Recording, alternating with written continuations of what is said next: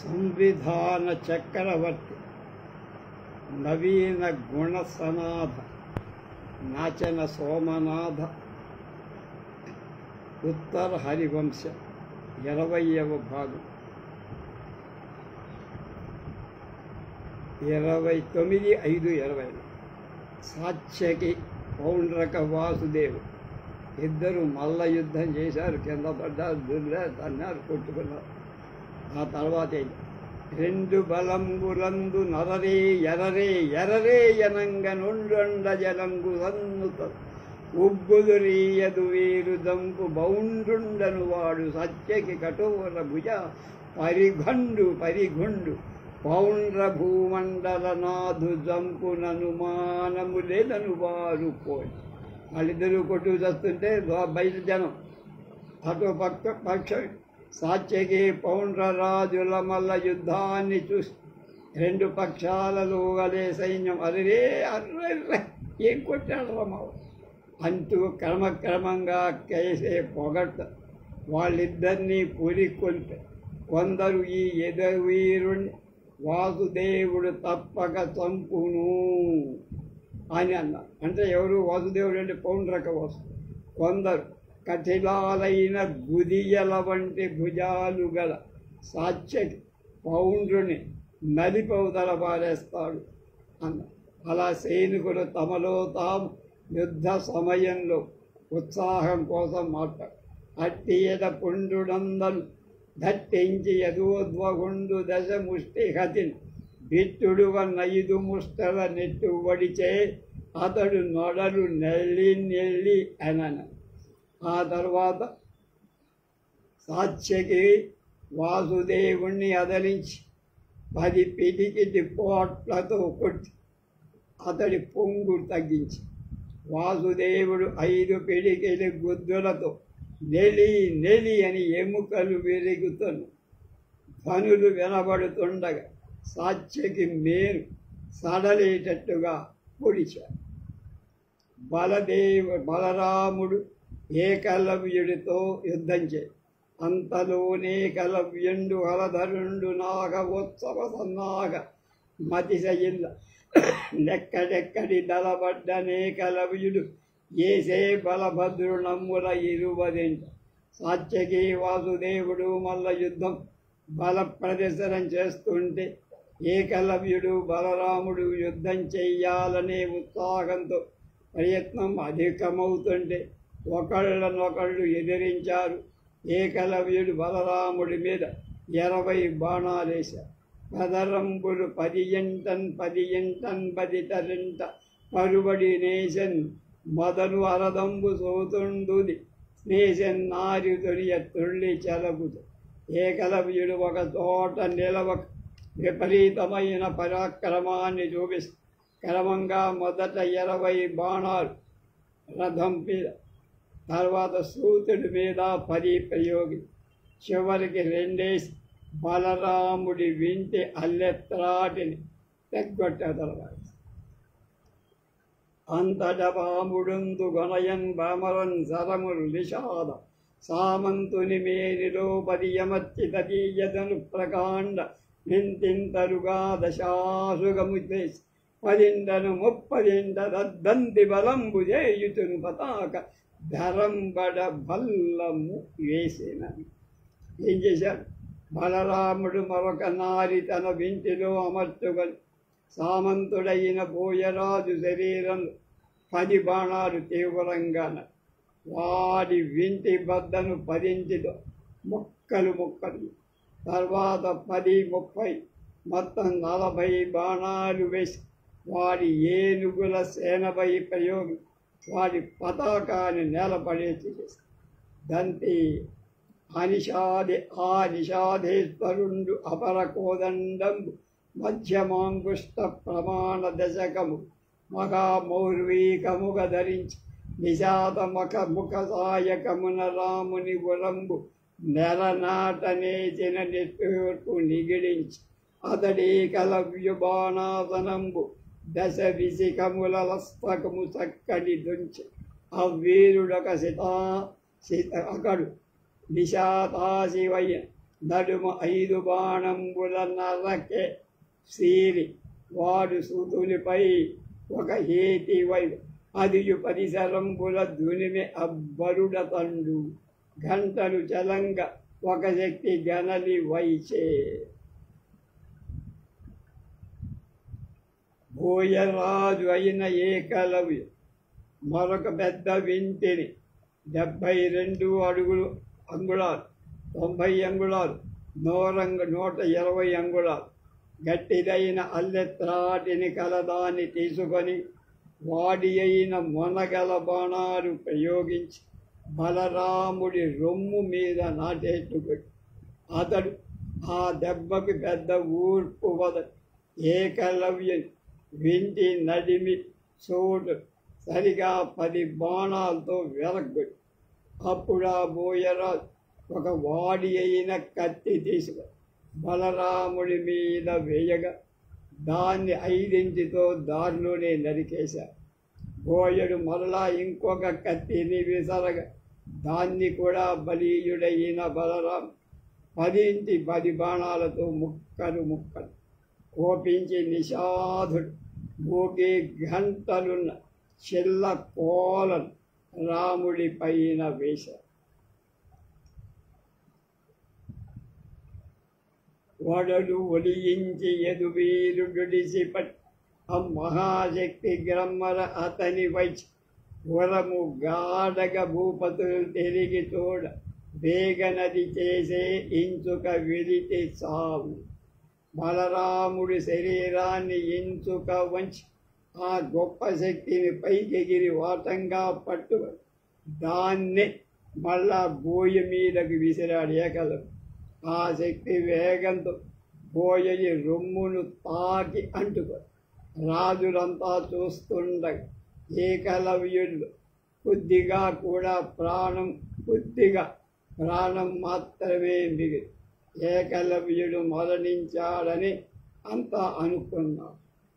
అట్టియల తదీయ సైన్యంబు గజి బిగించిన అది చూసి నాయకుడే దెబ్బతింటే మిగతా వాడేమయ్య కంగారు పడి దుష్టారాతి నృప ప్రతాప కలుషోద్రేకోగ్రమై తాకి నందస్థాసేతి సహస్ర నిష్ఠుర నిషాధాధీశ సైన్యం సంఘృష్టాన్యోన్య భుజా విజృంభణ రణతేయూర భారోన్నత స్పష్టాసి క్షురిక కుఠార పరిఘ ప్రాసక్షుర ప్రోద్ధతిన్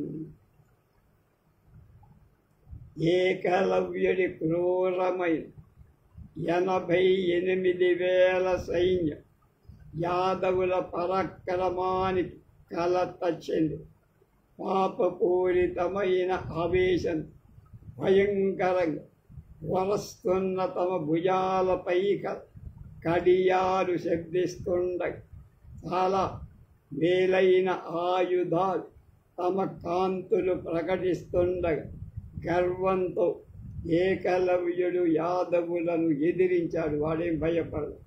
దుష్కర ప్రాసం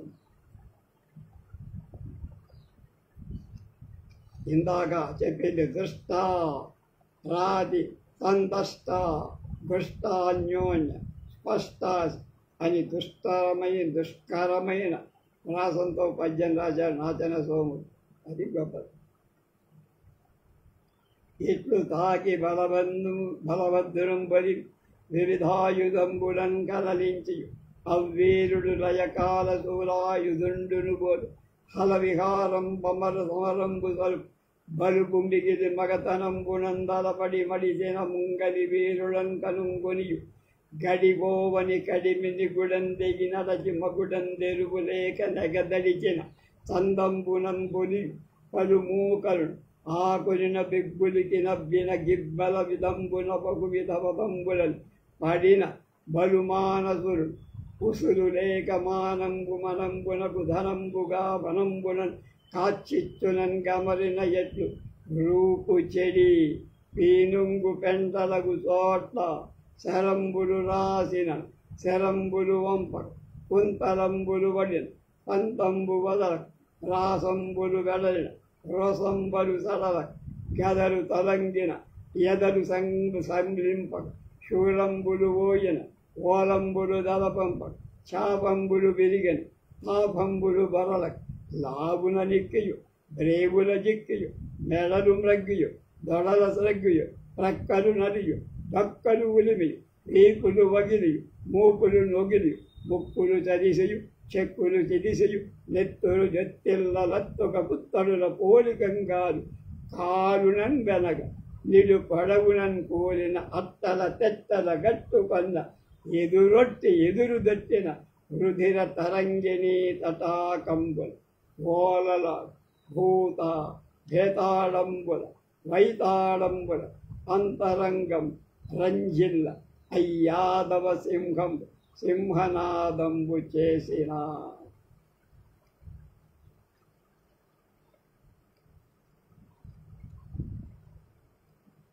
ఈ విధంగా బలరాముణ్ణి ఎదుర్కొని రకరకాలైన ఆయుధాలకు అతడి కోపాన్ని రెచ్చగొట్టగా బలరాముడు ప్రళయకాలంలో విజృంభించే రుద్రుడిల నాగలిని తిప్పు గర్వించి పౌరుషంతో శత్రువులను మూర్కొన్నాడు, అంటే ఎదిరించి.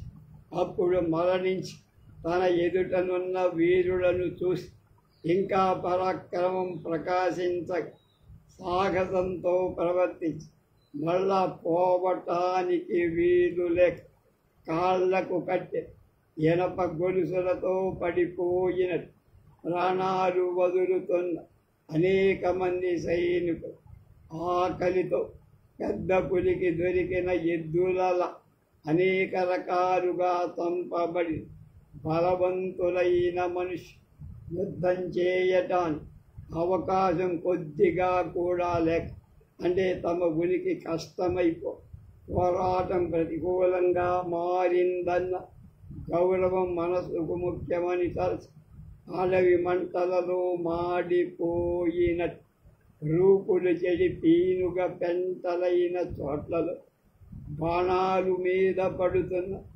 తలలను వంచక బల్యాలను ఇతర ఆయుధాలు పడుతున్న పౌరుషాన్ని వదల రోషాన్ని వదల తమ ప్రయత్నాలు చేయలేకపోయిన భయపడక చేతులతో ఉన్న శూలాలు విరిగిపోయినా దాక్కునే చోట్లు లేక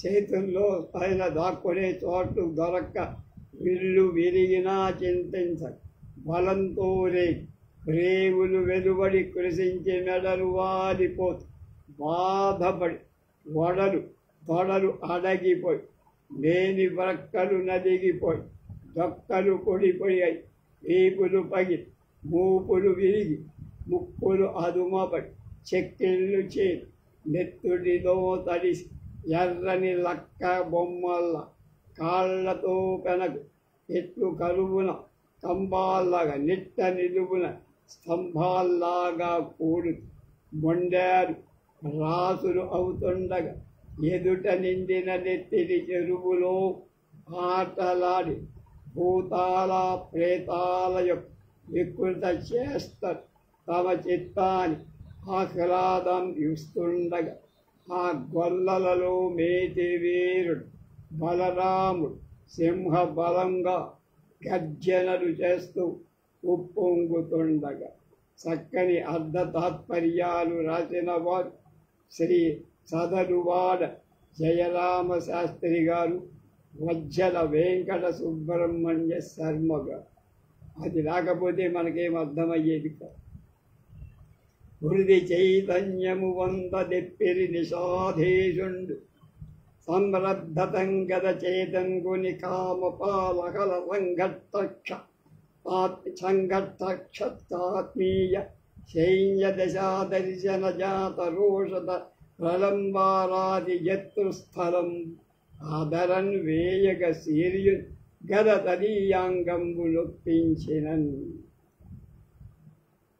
కొద్దిగా ప్రాణాలు మిగిలి ఉన్న చచ్చాడనుకున్నారు, ఎక్కడో ప్రాణం ఉంది కొద్దిగా, బోయరాజు కొంతటి సేపటికి తెలివిపతి వెంటనే తన గద ధరించి నాగటి దెబ్బతో గాయపడి మృతి చెంది దుర్దశ పొందిన తన సైన్యాన్ని చూసి అతిశయించిన కోపం బలరాముడి మూపుల సందులలో ఉండే ఎముకల మీద గద వేస్తే ఈ ఎముకలు పిప్పి వెంటనే బలరాం తన గదతో బోయరాజు మేలు శరీరాన్ని గట్టిగా కుట్ట అయ్యిరువురు గదలడరగ వ్రయ్యంగుయ్యంగ వ్రేయురపముల జలధు వియ్యాలందగ మదముల దయ్యక పోరిది విశంకట బలోద్భటులై రాయాలని రాస్తే వచ్చే కవిత్వం కాదు,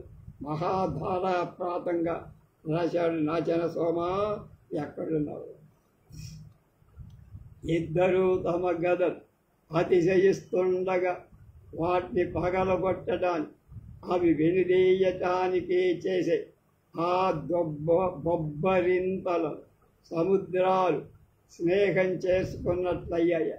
అలా పొగరుతో అలిసిపోకుండా అధికమైన బల ఉత్సాహాలతో ఆ ఇద్దరూ యుద్ధం చేసి ఆ సమయంబున పౌండు రేజన్ గద వేసినట్టు వృష్టి విభుండు తెరంపై సాత్యయుకును వాని చేసే తన వేత వెలుగు చిత్తిన భంగిన్. ఆ సమయంలో వాసుదేవుడు అంటే పౌండ్రకవాసు సాత్యకిని పిడికిటితో గదతో కొట్టినట్టు ఒక పోటు కొట్టి ఆత్యకి చెలించగా ఆ దెబ్బ సహించి గట్టిగా నిలిచి తన చేతి బలానందరినీ ఉపయోగం పిడుగుల అతని శరీరాన్ని చీల్చినట్టు పిడికిడితో ఒక పోటు పొడిచి వినయంతకు నలుగురు దావగంబులకు పూల సైన్యం హహారావము తోడ చూడగ దీవన వలయంగ తూర్పు తెల్లవారు.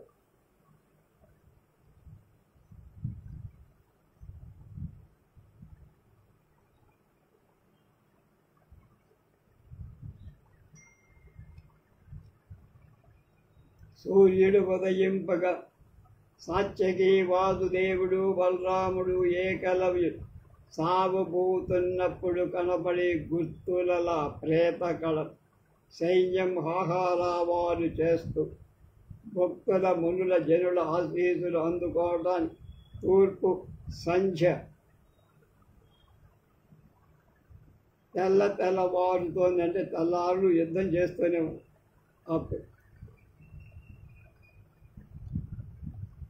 తదనంతరం కుంకుమ హత్తించిన గొనతే కొనగోర దీర్చిన పురుహూతు నిర్లాలి బొట్టనంగ సూర్యోదయవన చక్రవాకులములకు చల్లగా మందు ద్రావించిన చంద్రంపు గిన్నెయనగ పార్వతీపతికి ప్రభాత భూపతి కొన్న అలరు కెందమ్మి ఓహడి అనగా తొలి దిక్కు తొయ్యడి చెరులపై చల్లంగా నిండా ముంచిన పైడి కుండయనగ మేరు ధరణీధరంబుతో మేళమాడ ఉదయగిరిరాజు తల ఎత్తెను అనంగ గ్రమముతో కించుక గాన నగు భానుబింబంబు కన్నుల పండువయ్యే. దొసటి మీద కుంకుమను హత్తుకొని అంటే పూసుకొని అలంకరించి కొనగోటితో దాని గుండ్రంగా ఉంచినట్టు సవరించిన ఇంద్రుడి ఇల్లాలైన శచీదేవి తూర్పు దిక్కుకు ఇంద్రుడు అదిగో ఒక్క ఎర్రని సింధూర తిలకంలాగా ఎడబాటు చెంది తపిస్తున్న చక్రవాకపు జంట శైత్య ఉపచార చల్లదనం పొందటానికి అవసరమైన ఔషధాన్ని పానీయాన్ని త్రాగించే ఎర్రటి పాత్రలాగా శివునికి ప్రభాతకాలమని రాజు పూజకై గ్రహించిన వికసించిన ఎర్ర తామర మొగ్గలాగా తూర్పు దిక్కాంత తన చెలికత్తెలపై జలక్రీడలో పాల్గొంటూ వాళ్ళపై చల్లటాని నీరు నిండినట్టు ముంచిన బంగారు కొండలాగా మేరు పర్వతరాజుతో సల్లాపం చేసి పరిహసించటానికి తన ఎత్తును పెంచటానికి ఉదయగిరుల రాజు తలను పైకెత్తినట్లు ఆకాశంపై క్రమక్రమంగా వస్తూ సూర్యబింబం కళ్ళకు మహదానందాన్ని కూర్చి కృష్ణుడు ద్వారకా నగరానికి రావు.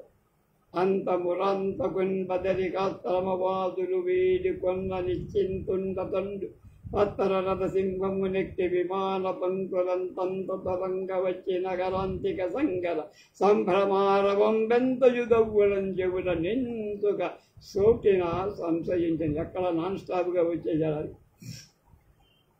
తర్వాత కృష్ణుడు బద్దరికాశ్రమవాసులైన మునీంద్రుడు వీడ్కోలుకు చెప్పగా చింతలేక గరుడ వాహనం ఎక్కి ఆకాశంలో విమానాల వరుస అడ్డు తొలగుతుండగా ద్వారకా నగర సమీపం చేర దూరం నుండే యుద్ధం జరిగే ధ్వానాలు పెంచుక చెవులకు సోకాయి. సంశయం కలిగిన వాడై హలధరుని యార్పు సత్యకి ఆర్భడి ప్రతిభట నినాదముల దాటి పరగుటై తెలిసి కంసారి సంగరుద్రేక ఘూర్ణమాన నయనుడై ఇట్లని మదితర హలాధరుడైన బలరాముడి పెద్ద అరుగు తమ్ముడైన సాత్యకి గొప్ప మోత శత్రువులు చేసే యుద్ధధ్వనులు అతిక్రమించి వ్యాపిస్తుండగా ద్వారకలో ఏదో ప్రమాదం జరిగిందని తెలుసుకున్నవాడు కృష్ణుడు యుద్ధం చెయ్యాలని ఆవేశం తీవ్రంగా చలిస్తున్న కళ్ళు కలవాడు మనస్సులో ఇలా అనుకున్న కటకట పుండ్రనందనుడు కన్నులగానక వచ్చి వీటిపై ఇటు విడియంగజారినట కింకట యాదవ కోటి కేటికి జటుల పరక్రమం వచ్చి చెయ్యన చేరి మురారి యొత్తే ఉద్భట కుటిరారి హుత్పుట విపాటన ధన్యం పాంచజన్యాన్ని పూరించారు. అయ్యో ఎంత సంకటం సంభవించిందిరా. నేను లేనప్పుడు మదంతో పౌండ్రకరాజు తనయుడు వాసుదేవ్ ఈ ద్వారకను ఇలా రాత్రిపూట ముట్టడించడానికి సాహసించాడా. ఇంక మీద యాదవ సమూహానికి పటుత్వమైన పరాక్రమం కలిగిన ప్రయోజనమే అంటూ వేగంతో ద్వారక చేసి శత్రువుల గుండెలను కంపింపచేసి చీల్చే తన పాంచజన్యమని పవిత్ర కార్యంలో ప్రవర్తించే శంక భయంకరంగా పూరించారు.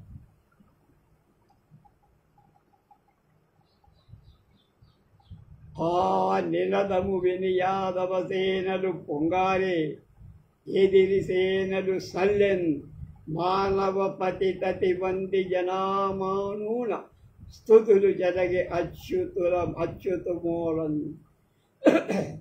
ఆ శంఖధ్వనికి యాదవ సైన్యం సంతోషంతో పొంగి శత్రువుల సైన్యం సడలిపోయి శత్రువుల ధైర్యం సన్నగిలి రాజుల సమూహం యొక్క భట్రాజుల యొక్క తక్కువ కాని పొగడ్త శ్రీకృష్ణుడికి బాగా వినపడ్డ.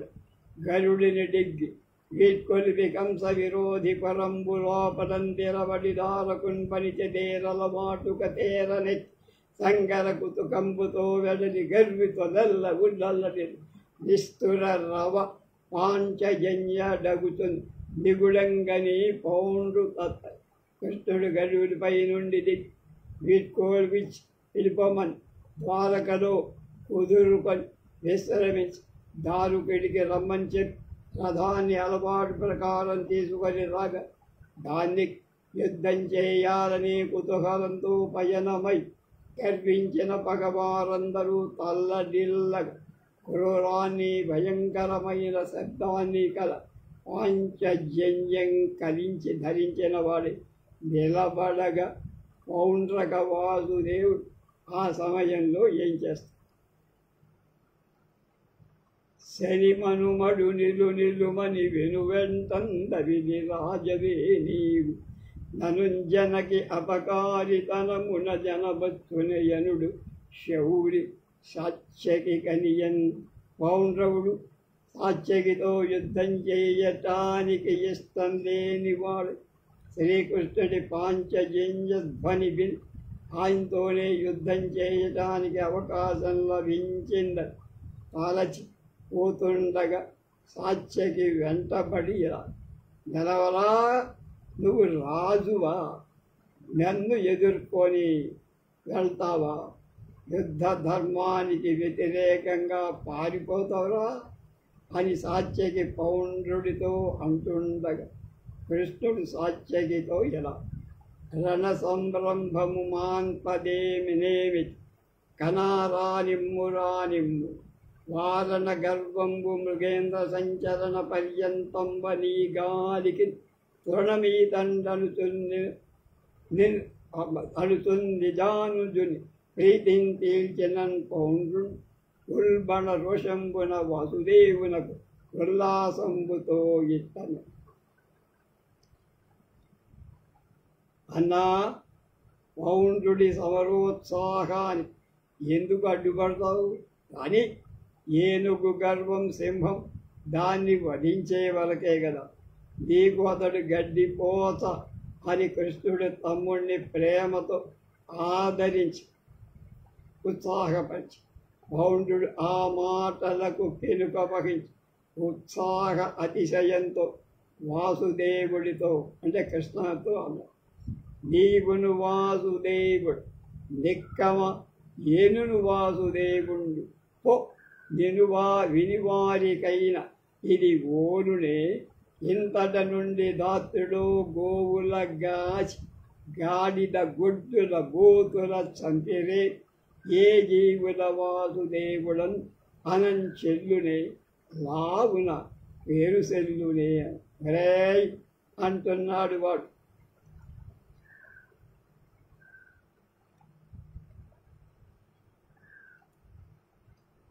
బకాసురుడిని చంపావు, ఏనుగుని చంపావు, ఆ తర్వాత పూతన ఆడదాన్ని చంపావు, కేసి అనే రాక్షసుడి అశ్వరూపంలో వాడిని చంపావు, కరుణ్ణి చంపావు, నువ్వే పెద్ద మొగాడివా కనుక రా నాతో దమ్ముంటే అన్నా. నాకును గద నీకును గద నాకును నందకము నీకు నందకము ఆహగా నాకును చక్రము చక్రము నీకును నిలు వీలు నాకు విల్లు నీకు తగునే. నాకు గద ఉంది నీకు గద, నాకు చక్రం ఉంది నీకు గద, నాకు గద ఉంది నీకు గద. నేను ధరించటే బాగానే ఉంది, నువ్వెందుకురా ధరించడం గొల్లాడివి. నేను నీ వారల బోలిలో గెలిచదను నేలెందు ఓవత్తుని కనుమానింపగ వాసుదేవుడన ఉయ్యారంగునంచల్లదెవు వనిగా చూచితి నన్ను ఒక్క గుహలో వర్తింప సింహద్వయంబునకు కూడునే యోడునే ఓడు కిరికింపుండ్ర క్షమాధీయుడు. నిన్ను నీ బంధువులను యుద్ధంలో గెలుస్తా, నేడు నన్ను తప్పించుకొని పోలేవు, నువ్వు ఎలాంటి సందేహం పలకలేవు. కులుకుతూ వాసుదేవుడనే పేరు పొందినా అది నీకు సరిపోదు వర్తే. నన్ను ఎలాంటి వాడవనుకున్నావు? ఒక్క గుహలో 2 సింహాలుండవు. ఈ పుండ్ర వంశానికి చెందిన ధరణీనాథుడు ఎవడి చేతనైనా ఓటమి పాలవుతాడా అన్నాడు కృష్ణ. నువ్వు నేను ఒకే పేరు కలిగి మళ్ళీ ఎవడో ఒకడే ఉండ, ఆ పేరు నీకు తగదు, ఎందుకు నువ్వు గొల్లాలి. నిన్ను జయించే ఆ పేరు నేను పెట్టుకుంటా. నావుడు నవ్వు నెమ్మగమున నెనయంగ జనార్దనుండు రరా పెడమాటలాటకు దురగ్రహ చెల్లదు వాసుదేవ సంభావన నీకునే గనుగ పార్థివులల్లరుగా ఎన్నరుగాన ఎన్నడున్ రావు గొరంతగాక నిఖిల క్రియ చక్రము నీదు చక్రమున్ ఒరేయ్ ఎందుకు రామార్దను అని పౌండ్రుడు చెప్పగా జనార్దనుడు అంటున్నాడు నిండు ముఖంతో నవ్వుతూ పరిహాసంతో, నాతో యుద్ధానికి సిద్ధపడరా బడ్డు, అల్పమైన ప్రయోజనం లేని మాటలెందుకురా మూర్ఖ. నేనుండగా ఒక చోట కూడా రాజులు నీకు వాసుదేవుడు అనే గౌరవాన్ని ఇచ్చి ఆదరించ లక్ష్యం చేయి. గడ్డి పలకలాగా చూస్తా. నీ చక్రం పూర్తిగా ఇనుమతో చెయ్యవు. నిండైన ఆకృతి కలదై చాలా బరువు. నా దానికి బరువు అక్కల కానీ దూసుకుపో. వెండియును ఖైదువులు నీకు వేర కలుగు పేరు కల సొమ్ములకు ఘోర బెండు కంటే లావుగల వంటి వీరజ్జకుండ వడల కలదేని బరుమాటలు ఉడిగి నడవు. అంతేకాదురా, నీ ఆయుధాలు వేరువేరుగా ఉన్నాయి, గొప్ప పేర్లే పెట్టుకున్నావు నా పాలుగా. అలాంటి నీ అధీనంలోని వస్తువులు యుద్ధంలో బెండుల కంటే పలిసైపోతాయిరా. బలం ఉండదురా వాటికి. వాటి శక్తి అంతే గోగు పుల్లలైపోతాయి. నీ శరీరంలో సిగ్గు, లజ్జ, మానం, అభిమానం, కండబలం రెండు ఇవన్నీ ఉంటే, మన అభిమానాలు ఉంటే మాటలు మాని యుద్ధానికి రా. ఎందుకురా అధిక ప్రసంగము.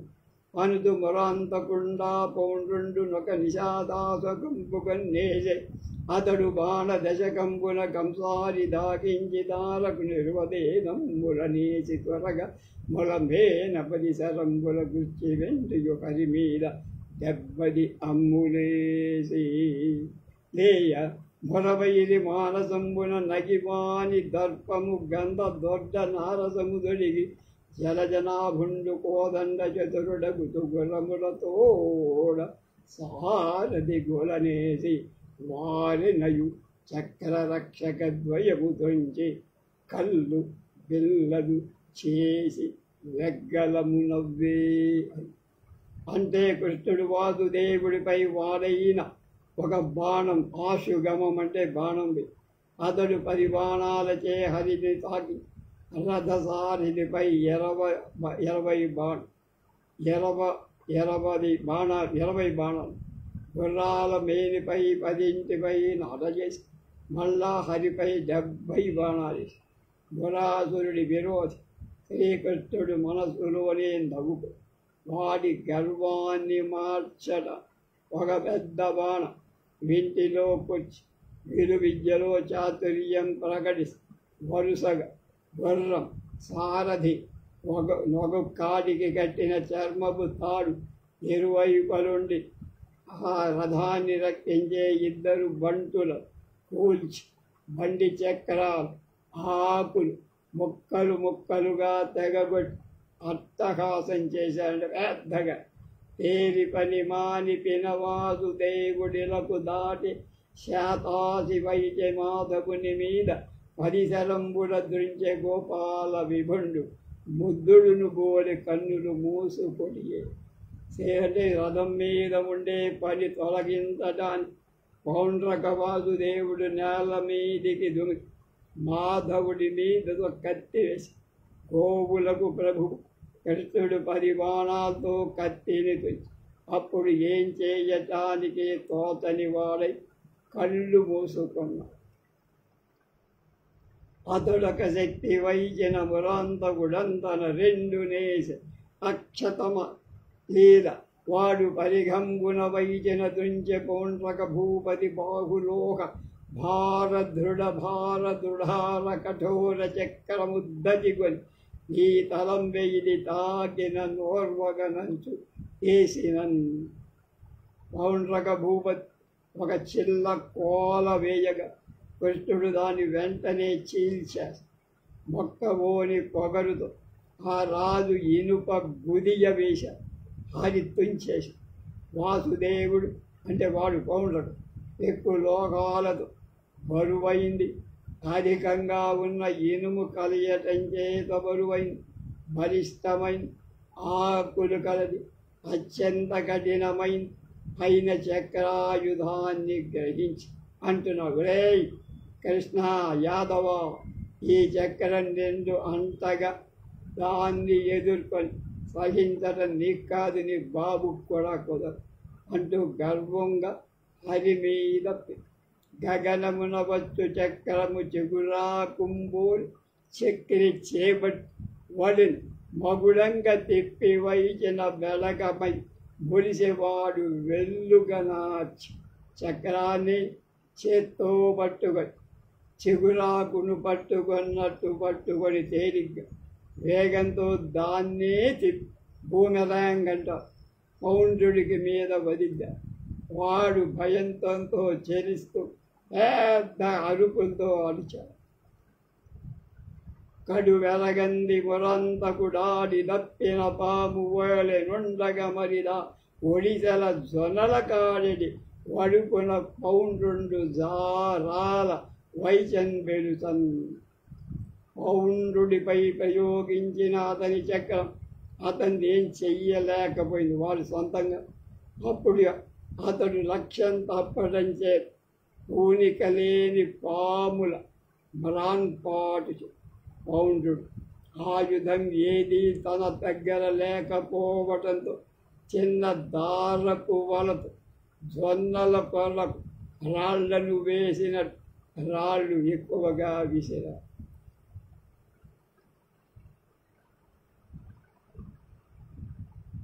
శ్రీకృష్ణుడు చక్రంతో పౌండ్రుడి తల నరకట.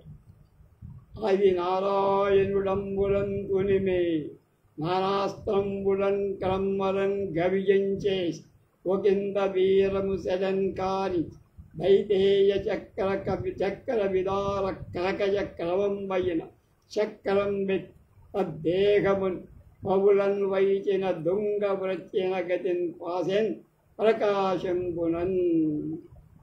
నారాయణుడు తన అమ్ములతో ఆ రాళ్లనని నిర్మూలించి మళ్ళా వేర్వేరు ఆయుధాలు వేసి వ్యధను కలిగి పీడించి రాక్షస సమూహాన్ని చేల్తటను రంపపు అంతుల వంటి పదనుకల సుదర్శన చక్రంతో వారి శరీరం రెండయ్యేట్లుగా చీల్చేసి ఆ సమయంబున హలధరుడేకాలవ్య హృదయంబులు గుణం ఘనశక్తి వైజనన్ బలుగద వైజవాడు బలభద్రుని పక్షమతన్ రెండు సేతుల గద పూంచి వైజె అది తోరపు మంటల మెంటనంతపై పొలచిన తేరు దిగి చెడిపోయే నిషాధుడు కాందిసీకుడై.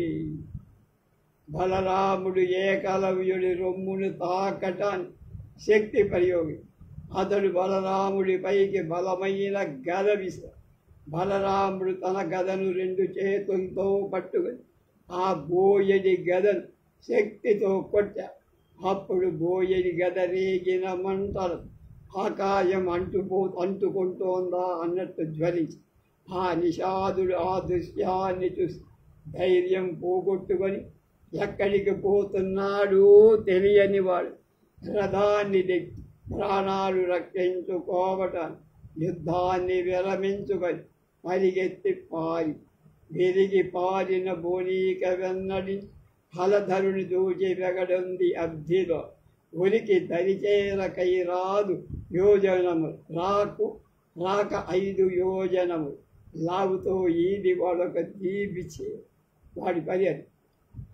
ఏకలవ్యుడు బలరాముడికి ఓడి పారిపోతుండగా బలరాముడు అతన్ని తరుముతూ వెనకకు వచ్చే బలరాముణ్ణి చూసి భోయడైన ఏకలవ్యుడు భయపడి మనసు చెలించి ప్రాణభీతి సముద్రంలోకి దూకాడు. తీరం చేరలేక 20 క్రోసుల దూరం ఈదుకుంటూ పోయి అవతల ఒక దీవి కనబడితే అందులో తలదాల్చు. ఇట్లు నీలాంబరుండు ఏకలవ్యు పలాయనంబున పరిపూర్ణ మనోరథుండై మరలి అంతకు మొన్న సంతసంబునన్ సామంతమహితుండై సభామండపంబునన్ తేరోలగంబుందుంద నీలవన్ను కలిసి సత్యకయు సకల యదువీర సమేతంబుగా ఎయలకు వచ్చి నవ్విదంబున విజయ విభవ భాసురుండై వాసుదేవుండు కైలాస యాత్రా ప్రసంగంబు చేసి ఘంటాకర్ణ కాలాంతకుల వృత్తాంతంబు కనుకొనియా. పార్వతీపతి ప్రసన్నుండగుడు వరలాభంబుడు సురలు సంయములు హరిహరా భేదంబు తెలియకుట తేరింగి ఎల్లవారల నిజ నివాసంబునకు విడుకొని అనంతరం అంతఃపురంబు ప్రవేశించి సత్యభామా రుక్మిణుల సన్నిధిని తన సకల వృత్తాంతంబును చెప్పి వైశంపాయనుడు జనమేజయునితో అట్టి ఎడా ఒక్క విస్మయంబు వినగలద్ అవధరింపుమని చెప్పారు. ఈ విధంగా నీలవస్త్రధారి బలరాం ఏకలవ్యుడు యుద్ధం చేయక బెదికి పందగై పరిగిపోగా సిద్ధించిన కోరిక గలవాడి మళ్ళీ ద్వారకు వచ్చి అంతకు ముందే సంతోషంతో సామంత సభామండపంలో నిండు కొరుగులో ఉన్న నల్లనయ్య కృష్ణుణ్ణి కలిసి సత్యకి ఎదువేరులతో కూడా అక్కడికి వచ్చి ఈ విధంగా శత్రువుడు జయించిన సమృద్ధి చేత ప్రకాశిస్తున్నవాడే వాసుదేవుడు కైలాసయాత్ర గురించి చెప్పారు. ఘంటాకర్ణ కాలాంతకుల వృత్తాంతం చెప్పి వాళ్ళని కొనియాడారు. శివుడు ప్రసన్న పుత్ర ప్రాప్తిని వరంగా ఇవ్వటం చెప్పారు. ఆ సమయంలో దేవత మునివరుడు హరిహరుడు అభేద భావం ఇద్దరు ఒకటి అని తెలుసుకున్నారని చెప్పారు. ఆ తర్వాత అందరూ వాళ్ళ ఇళ్లకు వీడ్కోలిచ్చి అది అంతా ముగిసిన వెంటనే నగరికి వెళ్ళి అంతఃపురం ప్రవేశి సత్యభామ రుక్మిణులకు తన సకల వృత్తాంతాన్ని చెప్పేశాడు కృష్ణుడు అని కథను వైశంపాయనుడు పూర్తి చేశాడు. అనంతర కథను వైశంపాయను జనమేజయుడితో ఆ సమయం ఒక అచ్చెరువు కొల్పు వృత్తము వెనుటకు ఇంపుగా ఉండును, దాన్ని వినడు. ఆ సందర్భంలో ఒక అద్భుతమైన తమాషా ఇతివృత్తం ఒకటి జరిగింది రాజా, అది నీకు చెప్తా విను అన్నాడు. ఏం చెప్తాడో రేపు తెలుసుకుంది.